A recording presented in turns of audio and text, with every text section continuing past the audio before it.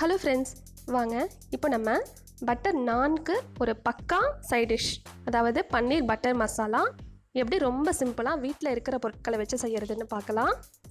First வந்து ஒரு சின்ன துண்டு பட்டை, ஒரே ஒரு ஏலக்காய், 2 கிராம்பு, ஸ்டார் அனேஸில் வந்துட்டு பாதி, அப்புறம் ஒரு பெரிய வெங்காயம், 3 பல் பூண்டு, ஒரு சின்ன துண்டு இஞ்சி, ஒரே ஒரு தக்காளி, இது எல்லாத்தையும் சேர்த்து நல்லா வதக்கி எடுத்துட்டு ஆற வச்சு மிக்ஸி ஜாரில் அரைச்சி வச்சுக்கலாம்.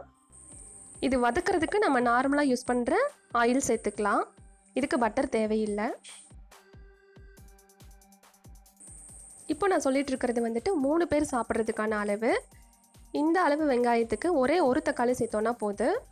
ஏன்னா தக்காளி வந்து நிறையா இருந்துச்சுன்னா அதோட டேஸ்ட்டே வந்துட்டு தக்காளி புளிப்பு டாமினேட் பண்ணிடும். அது ஆறிட்டுருக்கிற கேப்பில் வந்துட்டு நம்ம ஒரு தோசைக்கல் வச்சுட்டு லைட்டாக பட்டர் ஆட் பண்ணிவிட்டு நம்ம வச்சுருக்கிற பன்னீர் கட் பண்ணி இந்த மாதிரி ஸ்கொயராக கட் பண்ணி அதை வந்து 2 பக்கமும் நல்லா ஃப்ரை பண்ணி எடுத்துக்கலாம். இப்படி ஃப்ரை பண்ணி எடுக்கும்போது பன்னீர் வந்துட்டு நம்ம குழம்புல சேர்க்கும்போது உடையாமையும் இருக்கும், டேஸ்ட்டும் வந்துட்டு செம்மையாக இருக்கும். நான் வந்து பன்னீர் ஃப்ரை பண்ணுறதுக்கு முன்னாடி ஒரு வார்ம் வாட்டரில் வந்துட்டு ஒரு 2 நிமிஷம் மட்டும் பன்னீரை கட் பண்ணி சேர்த்துட்டு அதை வாஷ் பண்ணிவிட்டு அப்புறமா ஃப்ரை பண்ணேன்.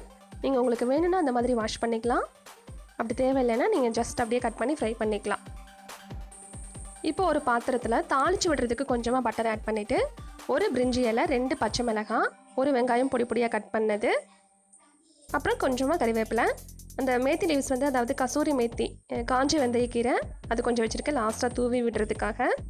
இப்போ பட்டர் காஞ்ச உடனே பிரிஞ்சி இலை, பச்சை மிளகாய், வெங்காயம் இது எல்லாத்தையும் சேர்த்துட்டு நல்லா வதக்கி விட்டுறலாம். வெங்காயம் வந்துட்டு நல்லா பொன்னிறமாக வதங்குற வரைக்கும் நம்ம டைம் கொடுக்கணும், அதாவது கண்ணாடி பதம் வரணும். அந்த அளவுக்கு வதங்கினா தான் வந்து கிரேவி வந்துட்டு நல்லா டேஸ்ட்டாக இருக்கும். வெங்காயம் நல்லா வதங்கினதுக்கப்புறமா நம்ம எடுத்து வச்சுருக்கிற மசாலா பொடி, அதாவது மிளகாத்தூள், கொத்தமல்லி தூள், சீரகத்தூள் இந்த 3ஐயும் சேர்த்து நல்லா வதக்கி விட்டுறலாம். அந்த பொடியோட வாசம்லாம், அதாவது பச்சை வாசனையெல்லாம் போனதுக்கப்புறமா நம்ம அரைச்சி வச்சுருக்கிற அந்த கிரேவி வந்துட்டு உள்ளே சேர்த்துக்கலாம். அரைச்சி வச்ச விழுது சேர்த்துட்டு இப்போ நமக்கு வந்துட்டு குழம்பு எந்த அளவுக்கு தண்ணியாட்ட வேணுமோ அந்தளவு தண்ணி சேர்த்துட்டு தேவையான அளவு உப்பு சேர்த்துட்டு நல்லா கொதிக்க விட்டுறணும். ரொம்ப சிம்பிளாக பட்டர் நான் ஈஸ்ட் யூஸ் பண்ணாமல் எப்படி செய்கிறதுன்ற வீடியோ இருக்குது, அதுக்கான லிங்க் வந்து டிஸ்கிரிப்ஷன் பாக்ஸில் இருக்குது, செக் பண்ணிக்கோங்க.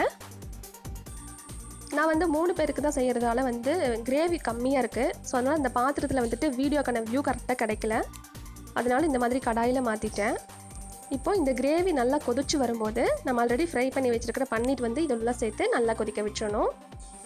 ஒரு 3 நிமிஷம்லேருந்து 4 நிமிஷம் வந்துட்டு நல்லா கொதிக்க விட்டோன்னா அந்த பன்னீர் வந்துட்டு நல்லா வெந்துடும். அதே சமயம் கிரேவியும் வந்துட்டு கொஞ்சம் கெட்டியாயிரும். நம்ம பன்னீர் வந்துட்டு ஆல்ரெடி ஃப்ரை பண்ணி போட்டதால் அது உடஞ்சி வராது, அப்படியே நம்ம எந்த ஷேப்பில் போட்டோமோ அப்படியே தான் இருக்கும். அப்புறம் பன்னீர் வந்துட்டு போட்டதுக்கு அப்புறமா ரொம்ப நேரம் வந்து கிரேவியை கொதிக்க விடக்கூடாது, பன்னீர் ரப்பர் மாதிரி ஆயிரும். லாஸ்ட்டாக நம்ம எடுத்து வச்சுருக்கிற கசூரி மேத்தி சேர்த்துட்டு குழம்பு வந்து இறக்கிடலாம். கசூரி மேத்தி நம்ம கடையில் வாங்க தேவையில்லை. வெந்தயக்கீரை வந்து ஒரு கட்டு வாங்கினோன்னா அதை அப்படியே காய வச்சு எடுத்து ஒரு பாட்டிலில் போட்டு வச்சுக்கலாம், வேணுன்றப்ப யூஸ் பண்ணிக்கலாம். லாஸ்ட்டாக அது சேர்க்கும் போது தான் நமக்கு தாபா டேஸ்ட் வந்து கிடைக்கும்.